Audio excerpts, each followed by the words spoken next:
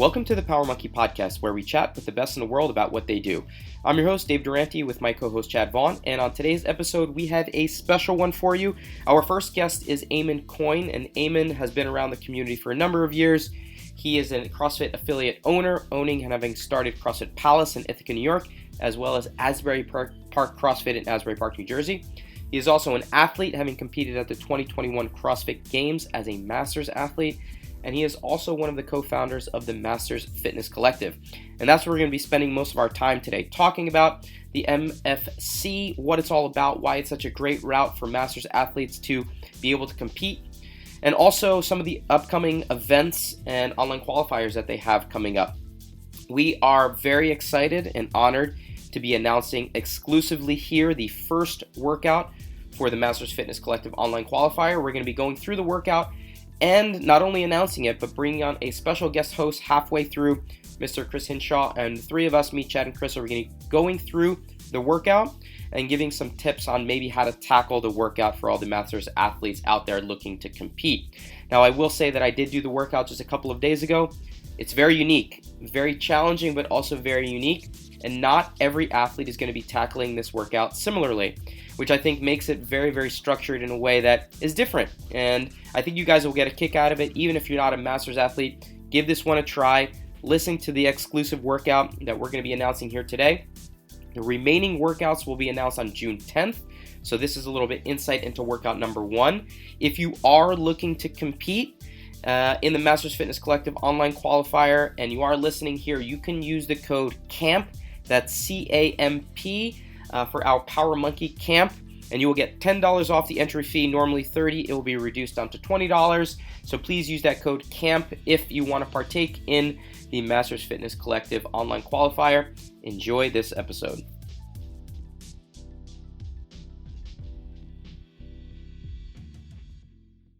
All right, Eamon, what's up, my man? How you been? It's really good to have you on the podcast. It's been a while since we've seen you. Yeah, man, I'm doing all right. How are you guys? Well, I'm doing all right. I mean, I'm just jealous you get to be in Jersey right now, and I'm not there. It's where I want to be as summer rolls around. Just past Memorial Weekend and down the shore in Jersey is kind of the place to be. Yeah, we were in Asbury Park yesterday. It was my son's 5th birthday, and he wanted to go to the beach, so we took a day trip. Very nice, very nice. And am I correct that I know you're an affiliate owner? You've owned Palace CrossFit for I don't know how many years now. It's over a decade now, correct? Mm-hmm. Yep. In New York, but you also are now an affiliate owner on the Jersey side of things. And is it Asbury Park CrossFit? It is. It's Asbury Park CrossFit. Yep. And I mean, Asbury Park is kind of center of the world now when it comes to down the shore. It's gotten a little bit of a huge boost in terms of popularity. That's where kind of Asbury Park Games were up until last year. Unfortunately, that not being a continued event was such a cool one, being where it was at and everything. But is that kind of a location now that you're seeing a lot of influx of just interest within the fitness world? It was kind of dead for a while, but I'm curious how it is as a business owner down there. Yeah, so I mean, there's quite a few affiliates in this area. And quite a few long-standing affiliates in this area. The Asbury Park Summer Games was obviously a great event that Grant and his team were running. And I've had some talks with him about that. And I don't know what his plan is as of right now to bring that back.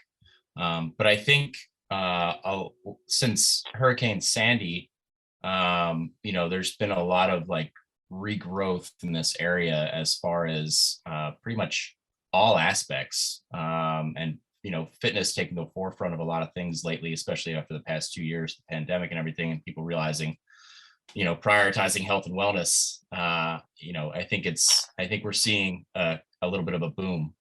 So yeah, and we're going to be down there in a little while, so hopefully we get to see you in person, because coming back to the East Coast pretty soon for some summer visiting of family. But you've been around the sport for quite some time now in a variety of capacities. And when we first met over a decade ago, it was still training as an athlete, which you are now. I want to talk a little bit about, but you've always come across as a very competent businessman and entrepreneur, and specifically an affiliate owner, someone that I think does a great job on being able to acknowledge the ups and downs of being an affiliate owner and being able to pass that on to a lot of other people. And one of the things I think you've come out with recently to kind of help with that understanding is your own podcast, the Box Blueprint.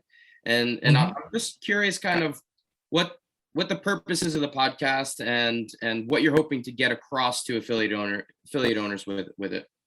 Yeah, I've owned Palace for 10 years now. I've consulted with a number of gyms. I've worked at some pretty high-end gyms, and I've been in the space for almost 20 years now.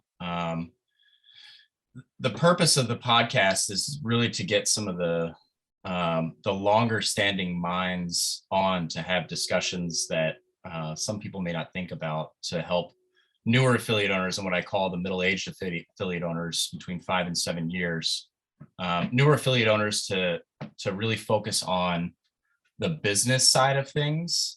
When you open an affiliate or you open any business, it's that you have all this excitement and you like, I'm going to change the world. I'm going to do this, which is awesome. And you need that passion in order to be successful in this business.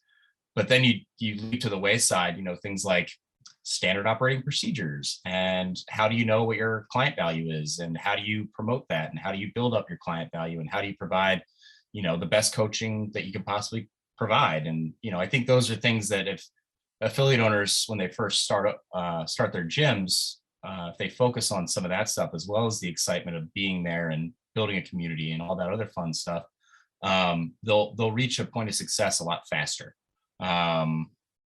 It's my goal to help people help other people achieve fitness in any way, shape, or form. I prefer CrossFit. I think it's the most approachable methodology. But if somebody wants to do Orange Theory, if somebody wants to do F45, if they want to do Pilates, if they want to do yoga, I don't really care. Get your body moving. That's all I really care about. And then the middle-aged affiliate owners is because when you get that point of like 5 or 7 years, the 5-year point is kind of seen as the 80% point, right? I think it's 1 out of 5 businesses fail within the first 5 years. I think that's about right.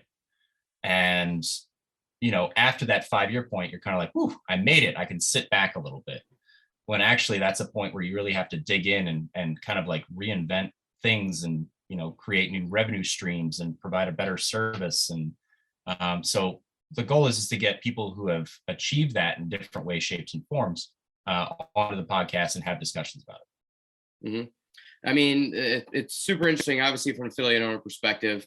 How can you get the most out of your staff, your space, and your members? But I'm curious, from your travels and your interviews, but also just people that who are the gyms you kind of look at as standing out and doing a really good job with their members and just their branding? Obviously, there's some that kind of stand out within the community, but are there any that stand out to you personally from your experience? Yeah, I mean, the one that stands out to me the most is probably not one that people would relate because they're not very vocal about it. That's CrossFit Industrious out in Seattle, Washington. Stephen and Molly Hitt have owned that gym for 11 years now, and they have gone through so many iterative processes. And Stephen is like a whiz when it comes to trying to provide a better service and build the brand. And, they really have created a brand, which I think is important in this space. It's not just a CrossFit affiliate. It is the Work Hard, Live Fit brand. And they're just phenomenal people. They just do such a great job. I love that.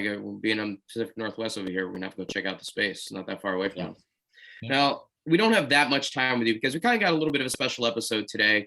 We're gonna have you on for a little bit to talk about this amazing project that you got going on, and then we're gonna jump to something that we're excited about. We're gonna talk a little bit about Masters Fitness Collective, which you're one of the co-founders of, and I want a little bit of a take in terms of how you came up with the concept, what it's all about, and then what we're gonna do is we're gonna bring in our little third to the trio here. Myself, Chad, and Chris Hinshaw is going to jump onto the podcast, and we're going to announce officially the first workout to the online qualifier workouts. So everyone listening is going to get a little bit of a insight into one of the workouts. The rest will be announced later in the week, but we're excited to be able to do that here on the podcast for all the listeners. So Masters Fitness Collective, this is Pretty awesome. Obviously, the Masters community has been underserved community within the CrossFit world, but it's slowly gaining steam. And you being a Masters athlete yourself, I think it's something that kind of touches home. And not just saying you're a Masters athlete because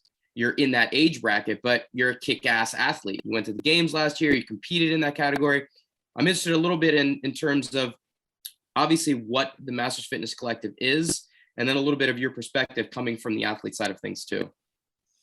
Yeah, so the Masters Fitness Collective originally started as a platform for Masters. We had zero intention of hosting a competition when we initially launched in 2019, I believe. What we were trying to do was we were trying to have a space where Masters could come together, build content. We were going to be live streaming Masters competitions. We'd started putting together the package for that. And then 2020 came along, and obviously everything changed. March of 2020 was kind of like when the world shut down with the pandemic. And that was literally, I think the age group online qualifier ended the open ended like a week before we shut down. And then people who were able to complete the age group online qualifier and potentially qualify for the CrossFit Games, their season, the day after scores were submitted and approved and the leaderboard was finalized, there was an email that went out that said, "Hey guys, nice work this year, but sorry, unfortunately, we're not going to be able to have you compete." So Bobby, Heath, Jamie, and myself kind of got our hamster wheel brains running and figured out that, Bobby runs a senior living company that's highly involved in the health space. So we were able to put together a plan to run a live competition. We tested everybody for COVID multiple times. Unfortunately, there were some cases that came out of it. Whether that was in travel or not, we don't know. But, we provided the space for people to kind of close out their season in a safe and effective manner. We brought CJ Martin in to do the programming. And I think it was a fantastic set of tests. We did it at the Fort Wayne Convention Center at the Hilton in downtown Fort Wayne. We had 111 competitors come through and quote unquote crown the champion for the 2020 season for the people that we had there. That's amazing. Now, I think right before we went on podcast, we're all the same year. Me, you, and Chad are all 80 birth years, and Masters athletes ourselves. Chad, on the Masters side of competing of things, you've been doing it quite a bit on the weightlifting side, but would Masters Fitness Collective get you out of the weightlifting space and potentially compete on the CrossFit side of things? Yeah, it would. It is definitely intriguing, and I've thought a lot about it. I have done a little competing in CrossFit, not any Masters competitions yet. So this is very intriguing to me. Probably something I would, especially since I'm training for some Masters weightlifting competitions right now, something that I would be willing to do cold, meaning that just going in, doing the little bit of CrossFit that I'm doing on the side, which I am still doing. And I'm thankful to hear that Eamon doesn't look down on me for doing mostly weightlifting. He just wants me to move. So no, I'm moving, and it is very intriguing. I think it's a great thing that you guys have going on here. And I'm impressed to hear that. I think you said you had 111 come to that first competition, and to bring them in during that time and have a successful event like that's been amazing. And it's been cool to watch you guys kind of move forward from that point. Now, brackets. There are a few different brackets that you guys kind of offer in terms of how the competition runs. You have your Elite, RX, and teams of two. Can you go through the differences between these and kind of what you're trying to get across with them? Absolutely. So our Elite division, there are 20 spots available for the 14 divisions that we have. We start at 30 to 34, and we go all the way through 65 plus. There's 20 spots available, 5 of which are reserved for our partner competitions. We're partnered up with Wodapalooza, Granite Games, which is going on, or by the time this comes out, it'll have already happened. Wodapalooza, Granite Games, Madrid, Can West, and Masters HQ down in Australia. They're all CrossFit licensed events, and the winners of those competitions get an automatic invite into our competition. And then we have one pay-to-play spot, and I couldn't tell you what the cost of that is this year. I'll have to get back to you on that. But, somebody wants to come in, they don't feel like doing the qualifier. They want to come in and compete. They put, their money where their mouth is. They get an automatic spot.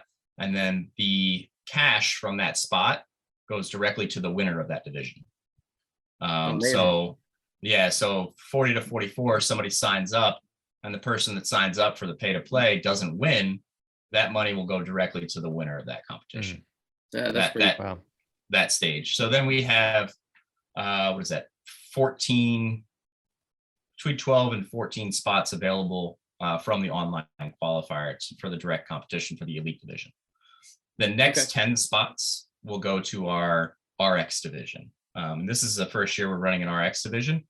And we like to kind of test things out before we actually go full steam into it, just to make sure that it's something that is good for the community and people are hungry for it. We don't want to offer something that has a division with 4 spots and the floor looks empty. It just doesn't make for a good competition, doesn't make for good viewing, so we want to make sure that we're filling these up and people are excited to come and compete with us.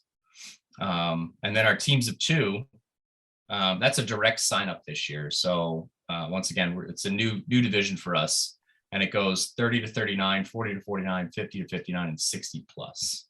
So people grab a buddy and, sign right up for the competition. And it's, we'll see you in Fort Wayne, beautiful Fort Wayne, Indiana in October. Chad, that might be our chance to show the world that we can't compete in CrossFit. I was thinking the same thing. Let's jump on that teams of 2, and we'll kill the weightlifting and the gymnastics part of it. Yeah, although just do all specialty events. Can you do that? Well, although if it's the repetitions in the snatch and clean and jerk, I'm not going to do too well. But I do have a couple of questions on that. It's very interesting. And the first one is, why 30? 30 is not a typical master's age. Why did you guys bring it down to that number? The way that we kind of approach it is the 30 to 34 bracket is kind of in the upper age range of the individuals. And, there's a bunch, we look at it almost like an NFL running back, right? Where there's the longevity that's there, but maybe not quite the skill set to qualify as an individual for the CrossFit Games or some of these other elite competitions. So it gives them an opportunity to have an elite feel while they're competing and, throw down with some of their peers.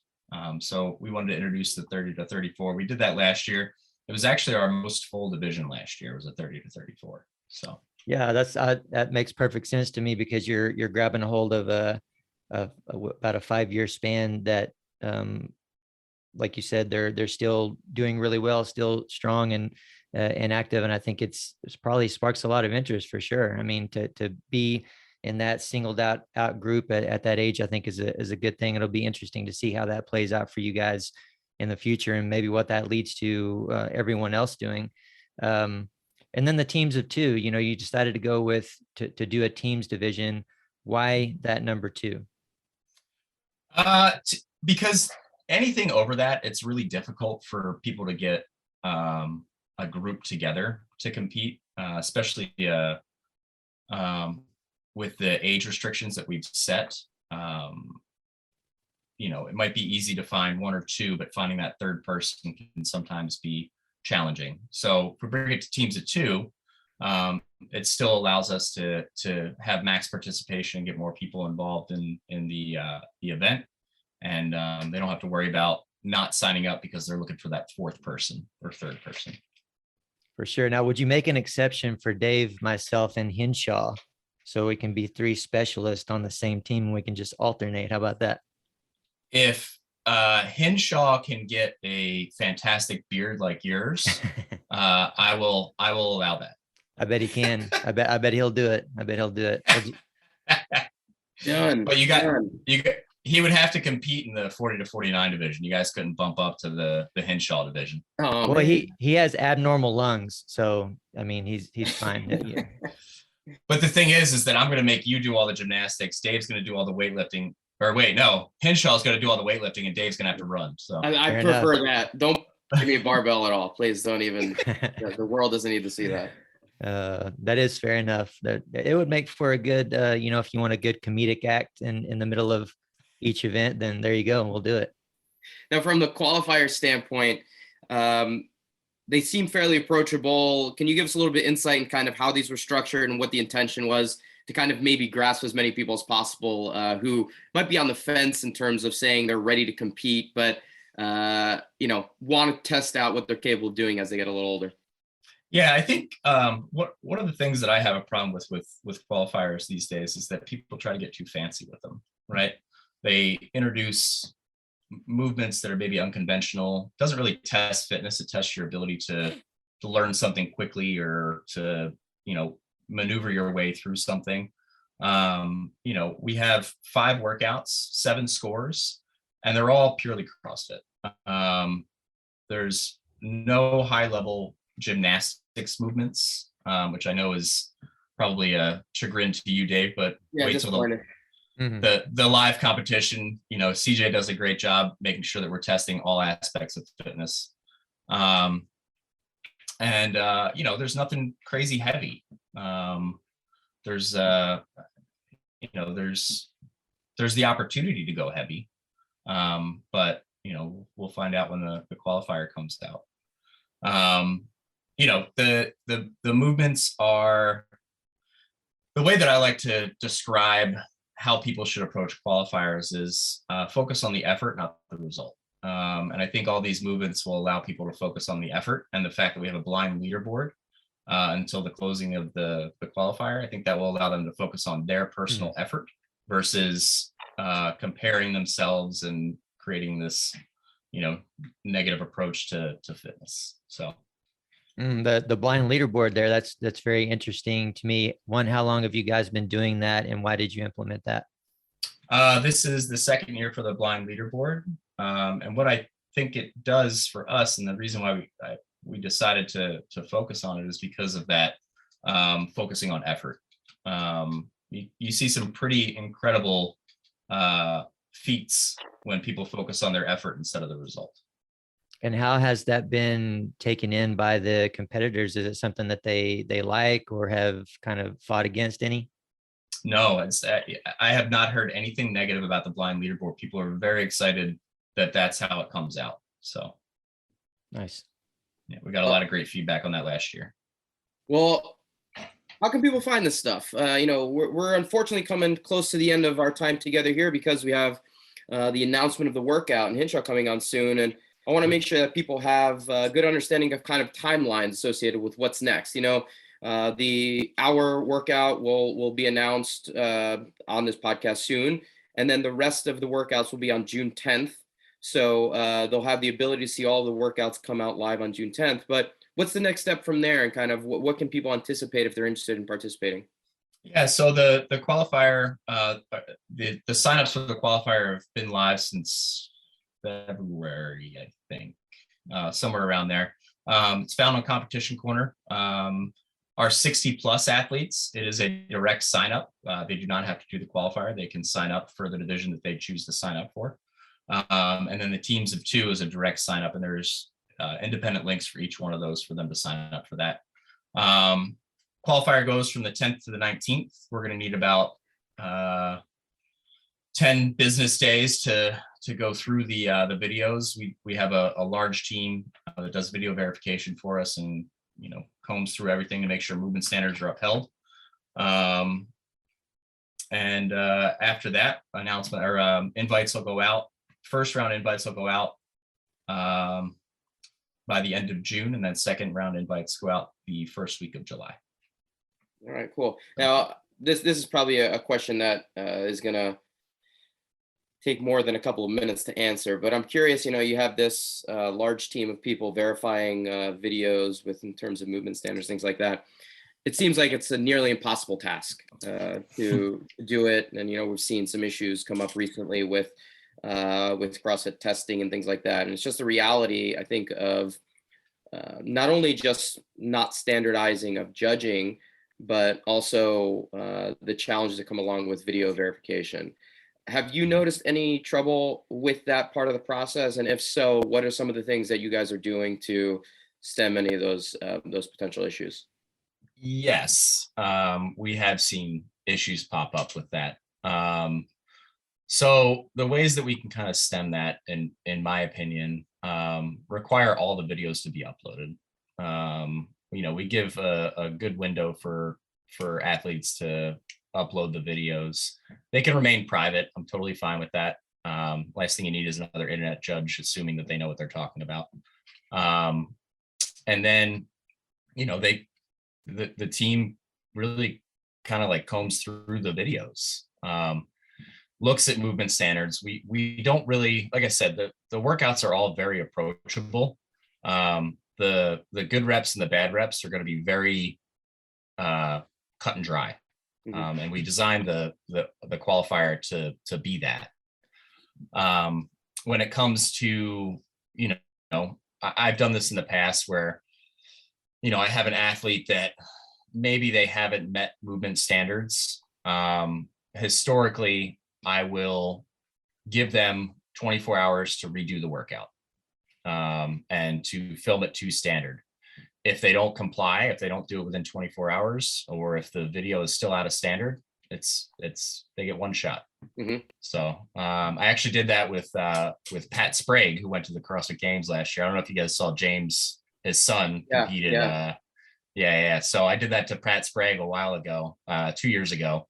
And within 24 hours, I got a video back, and it was very apologetic, but he met the standards at that point. So I'm not sure if I should announce this here or not, but we may have a special guest judge coming in to judge and verify that standards are being upheld.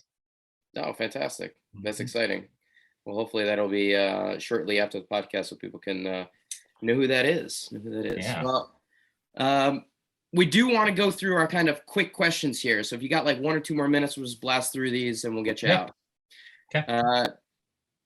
Next question: sport or discipline that you prefer? Don't upset me, Eamon, but because I think I know what you're going to answer. But weightlifting and gymnastics, which one do you prefer? I gotta go with Chad here. I would think so. You knew that. Nice. I did need it. Thank you very much. Yeah, that's a couple notches in my belt here recently, Dave. I don't know what's going on here, but a good late spring for you. But you know what? I'm even now more motivated to sign up for this competition for some reason. But I will say this: Eamon's gymnastics is no joke. I mean, there's a reason why you made it to the games, but your gymnastics is a cut above.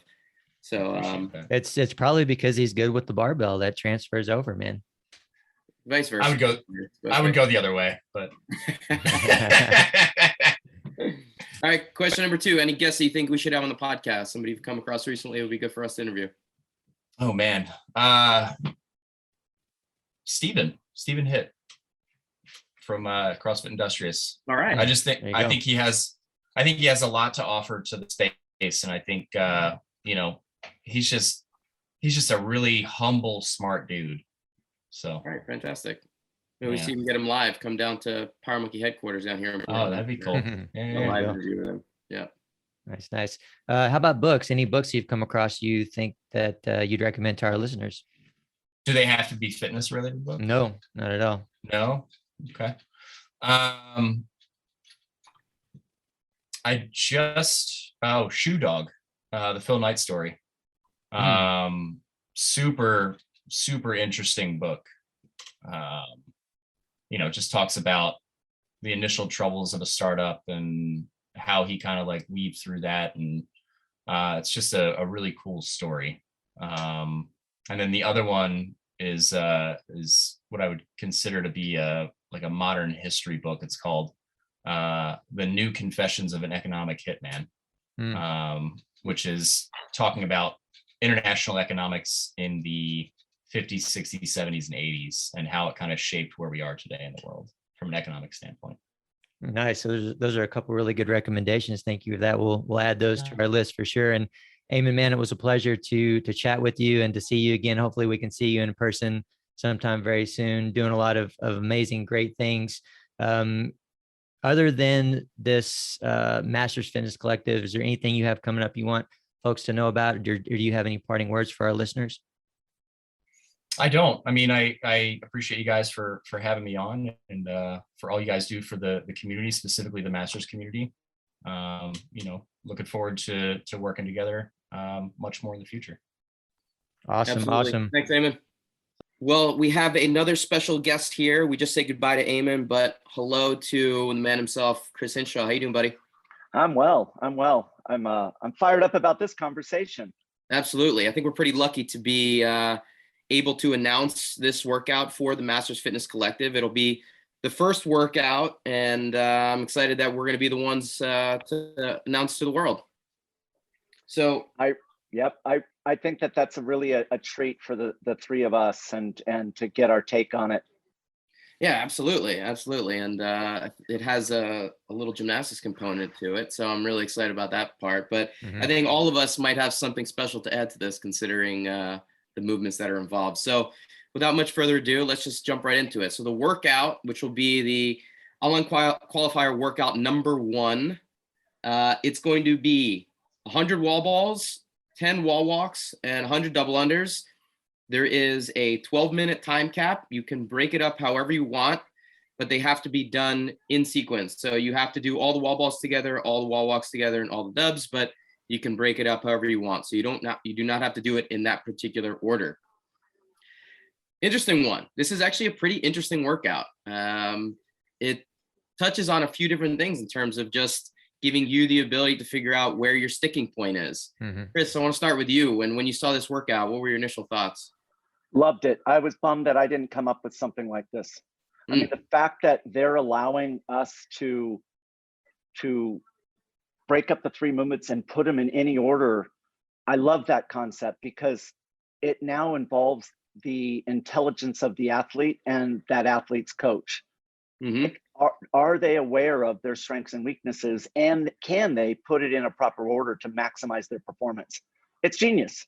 It's a very, very cool thing. And Chad, what about you? That was the first thing that jumped out to me too, this idea of being able to, every athlete is going to have a completely different strategy according to their strengths and weaknesses. There's not going to be one blanket statement saying, we think you should attack it this way. It's going to really be athlete dependent. It comes back to what we've talked about so much, this idea of athlete ownership. You need to understand where you are as an athlete before you can actually tackle this properly. But Chad, what do you think? Yeah, for sure. The first thing that jumped out to me, and then to get the clarification that you could put the exercises in any order, you just have to complete all of those given reps. And, when I look at it, I think it makes sense to me to do the wall walks first and the wall balls and the double unders. And the reason why is because the wall balls are going to fatigue me more than anything. I'm going to be able to get through those double unders fairly easily, even under a lot of fatigue. But the wall walks are just, they're not really extremely technical, but it's basically all arms, you know what I'm saying? So try to get those out of the way and then just hammer through the rest of it. But it's a very interesting concept to allow the athletes to put them in any order. And it'll be interesting to see how different athletes tackle that. So from your perspective, Chad, if you were to do this, you would do the wall walks first, then the wall balls, and then double unders? Yeah, I think I would. I really would, because I got heavy legs, Dave. So, I want to do the wall walks while my upper body and my arms are fresh, knock those out, get them out of the way. I definitely don't want to do them after the wall balls. Well, the wall balls are going to just kill me. So I would be going way slower on those wall walks if they were in the second or third position. Now, the number of wall walks is interesting to me too, because 10 to me is not a crazy amount. It's not something that's overly fatiguing. We saw 21 in the first round of the Open last year, and that's something that really can turn that into a completely different movement. But 10 is something that I think most people will either be able to do in two sets or potentially a slow unbroken if possible. But Chad, how would you do it? Would you envision being able to do 10 fully unbroken? Doing them first, potentially. I'll have to try it and let you know to tell you for sure. But I do know that if I were to do them second or third, it would be like, I'm thinking about, it would add at least a minute or two to the total time it takes me just from being under fatigue. And I know that from the open workout that we had to do, where there was wall walks, and how fatigued I was, and going back to those after the other movements, and just having a hard time, getting back down to the ground under that fatigue, and then having a hard time making myself start climbing back up the wall. Yeah. So I think, I know I'm using myself as an example, but I don't know what you guys think, but I think that's going to be the way to go for probably the majority of the athletes. Yeah, I would not do that, but I'm probably a particular case when it comes to the wall walks. But Chris, what about you? How would you split this up if it was you doing the workout? So it has a 12-minute time cap. Yep. Which means to me, this is a pacing workout. And I agree with Chad, the core of this workout is the wall balls. And that needs to be the center section of this workout. No question. That is the pacing portion of this workout. So for me, the first thing that I would want to do is figure out what is my ideal pace need to be to maximize my performance in the wall ball. Do I need to do 10 and rest? And then the question is how much rest am I going to take? Or is it doing 20s or is it 25s? And then how much rest do you need to take? And one of the things that everyone listening should recognize is that your intensity protocol, meaning doing the wall ball, is one thing that you need to practice and be aware of, that strategy. But the other piece of the equation is the recovery. Do you have a recovery protocol? And if you're proposing to take 5 seconds of rest, what are you going to do during that 5 seconds to put you in a position to maximize recovery for your next set of wall balls? And so I think that that's the core. I think that's the most important piece, because it's going to be the most time consuming. Mm-hmm. And the last thing that you're going to want to do is put yourself in a position going into whatever movement you pick third to be overwhelmed. And I do agree with Chad that you need to know which of those other remaining, the two movements, the wall walks or the double unders, is your strength and your weakness. Mm-hmm. I would actually tell people that you need to recognize that last 2 minutes in this workout, you could put yourself into jeopardy, meaning you could take a risk. That is the best way to get a performance. And so maybe you're willing to do the wall walks third, because you know that you could put yourself into a non-sustainable pace and not have to recover for something else. Meaning if you time it right, you're going to cross the finish line just as you blow up. So for me, if I'm breaking down these three movements, I'm looking at the total duration that it would take me to do the three.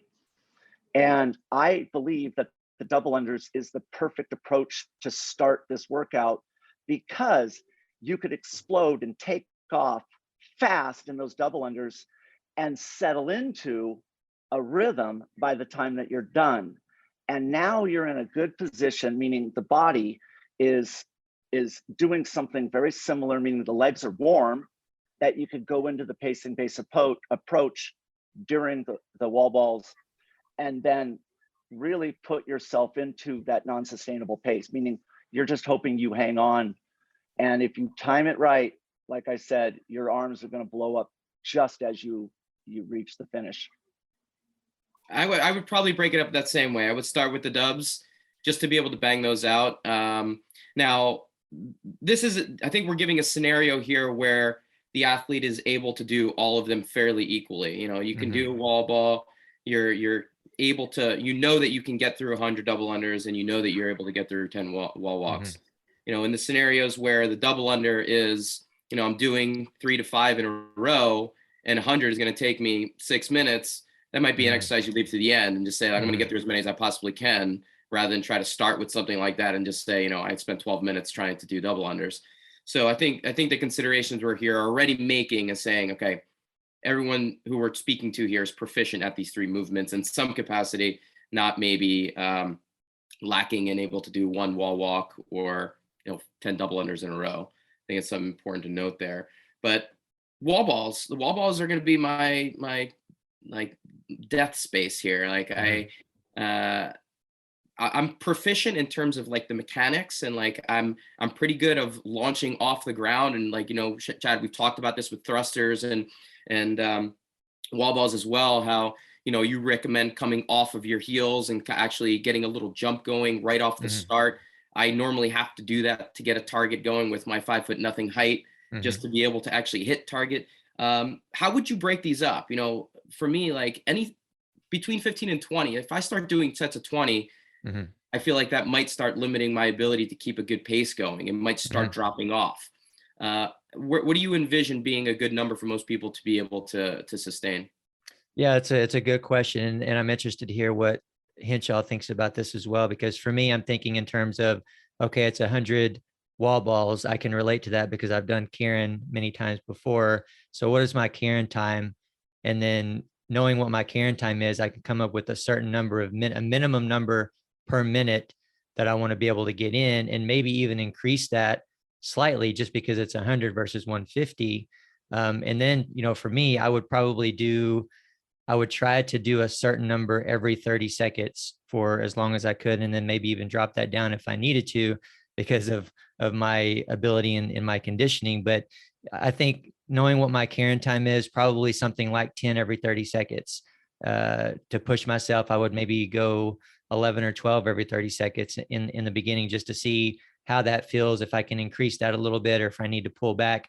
But at the drop dead lowest, doing like 10 every 30 seconds. And I think for any athlete looking to do this workout, to perhaps think of it in terms of Karen first to help you decide what your pace needs to be. Another thing too is if you have the time, kind of feeding off of what Chris mentioned earlier, although I'm not sure if this is exactly what you were talking about, but doing, either in the same day or spread out through different days, doing 100 wall balls for time by itself, doing 10 wall walks or even 20 wall walks for time by itself, and then 100 double unders or even 200 double unders by itself, just to get an idea of where you're at with those isolated movements, and then make sure that you have an understanding of what your capability is there versus what it is under more fatigue. So, I'm going to fatigue, for example, on Karen, I'm going to fatigue very quickly. So I'm doing,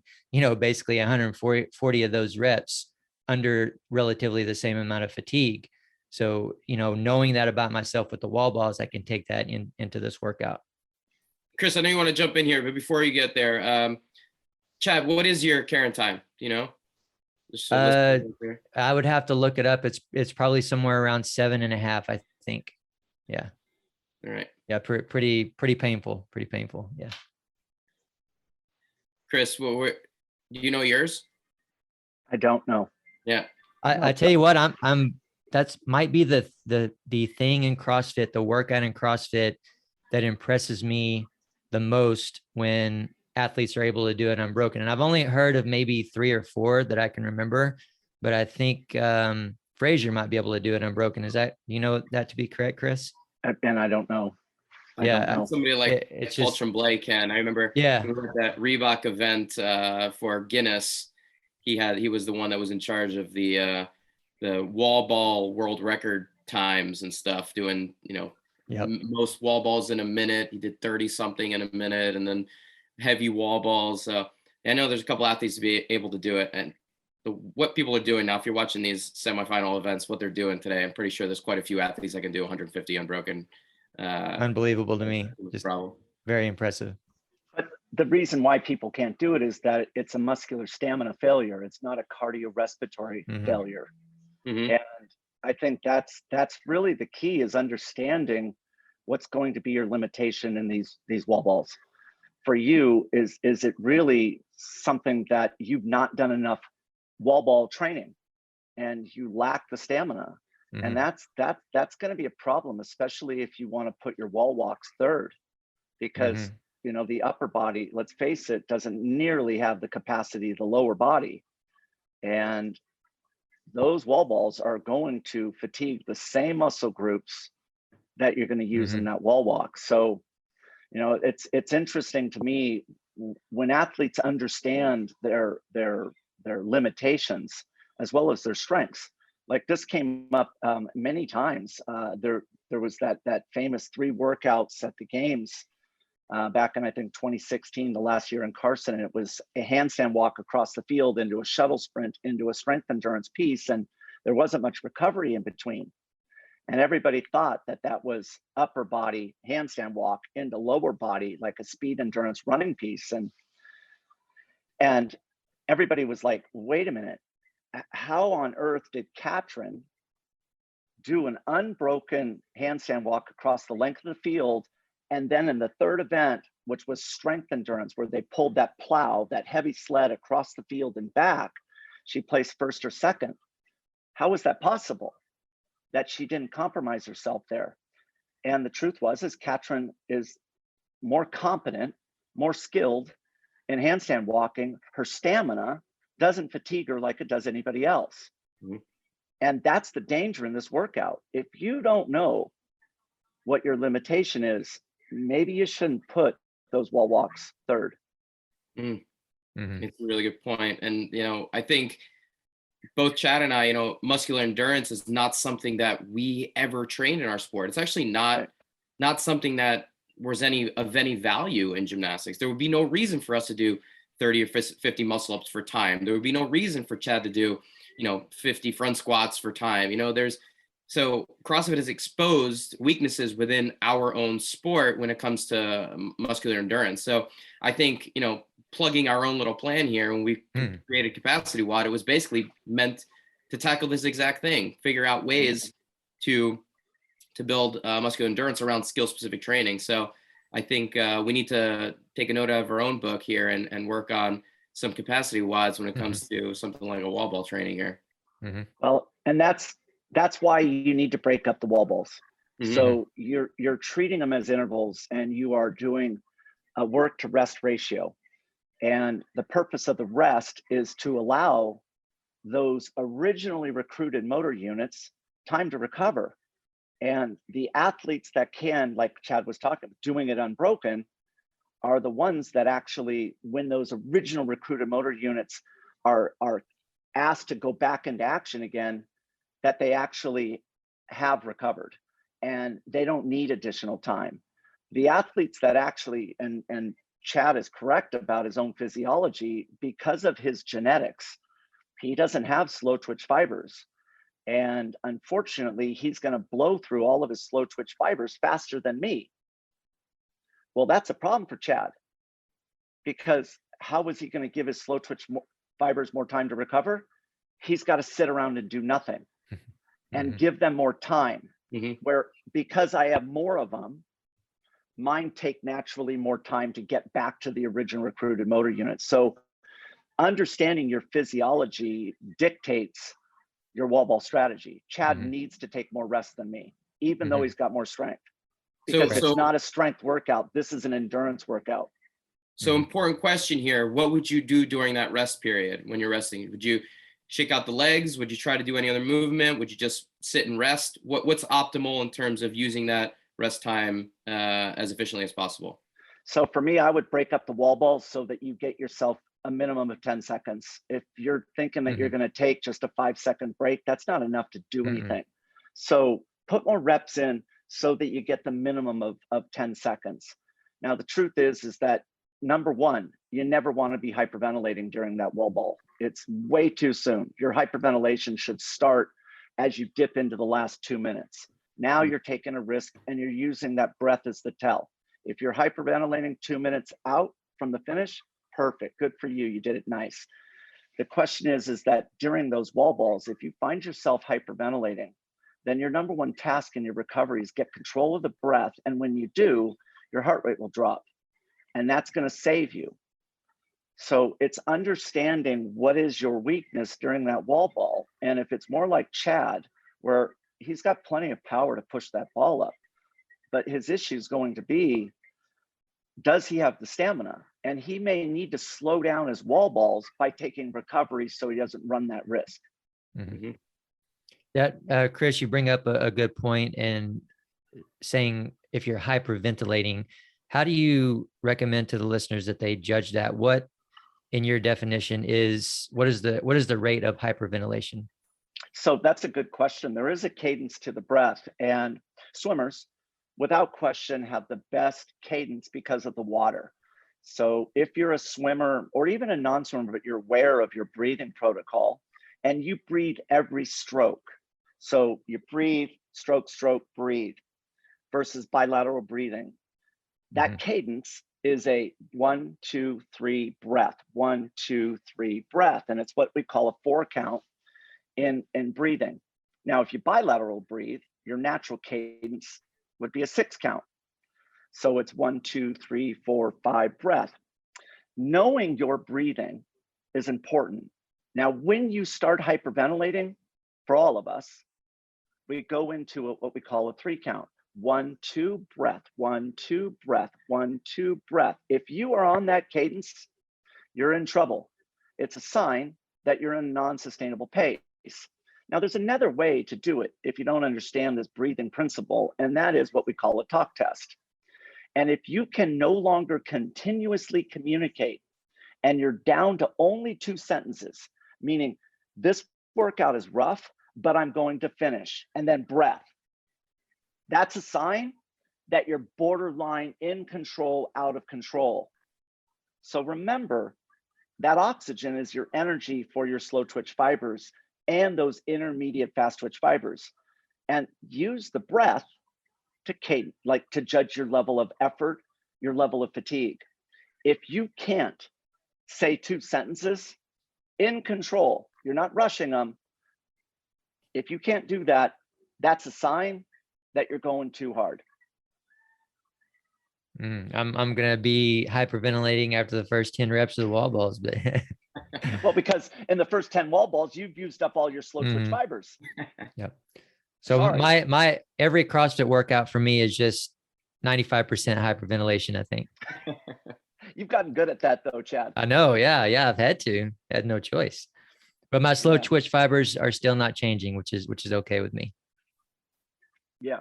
Well, I'm curious, guys. I think these are great suggestions. I think for our listeners out there that are looking to partake in this workout, they have some great places to start. Good understanding, again, of just athlete ownership. You know, you should know yourself. You should know where your strengths and weaknesses are. Speak with your coach if you need a little bit more direction on it. But you guys have any intention of trying this one out? I feel like it makes me want to go and do it. I want to give it a try now.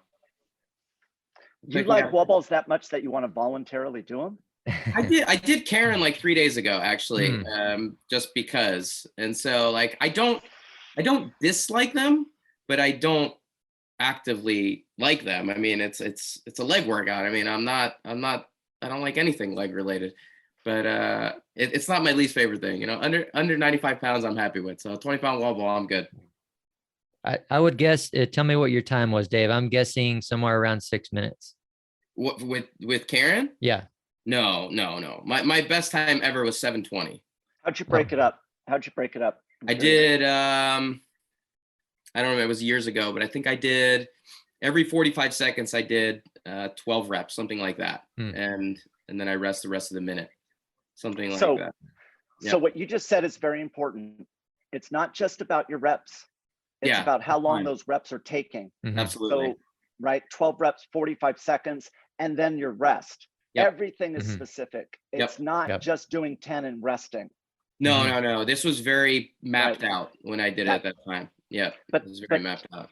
But if people want to do well, that's the formula. You map it out and you control those core qualities. How much volume are you doing? What is your time in that volume? And then what are you doing in terms of your recovery? And how much recovery? You control those 3 core qualities in this workout.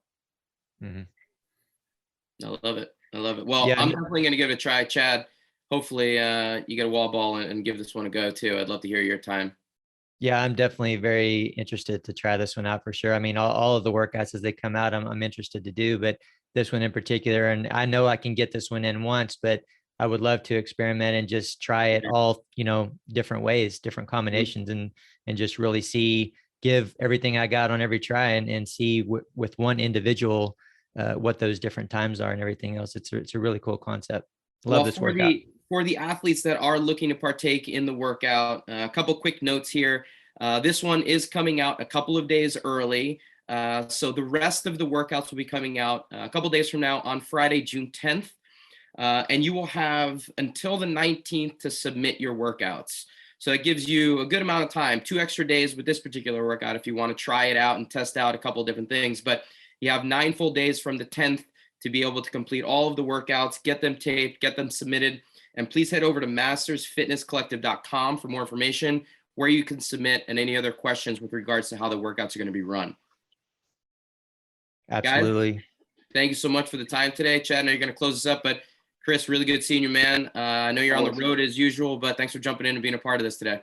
Always great. Always great. Yeah, always great to see you, Chris. Look forward to talking to you again soon. Do you have anything you want to share with the listeners? Anything you got coming up you want folks to know about before we get off here? I think if people were fascinated by what I said and my contribution into this podcast, go to aerobiccapacity.com. I've got plenty of seminars and we do deep dives into these concepts. Oh yeah. If any of the listeners out there haven't had any of your coaching or teaching yet, you guys have to get on that. That being said, as always, to our listeners, we appreciate you guys listening in.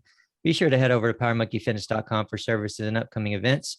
Also check out our Instagram pages for regular teaching and technical content at Power Monkey Fitness, at Dave Durante, and at Ollie Chad, as well as Hinshaw 363 and Aerobic Capacity for Mr. Chris Hinshaw there. On behalf of Power Monkey Fitness, we're your host. I'm Chad Vaughn with Dave Durante. And until next time, guys, thank you all for listening.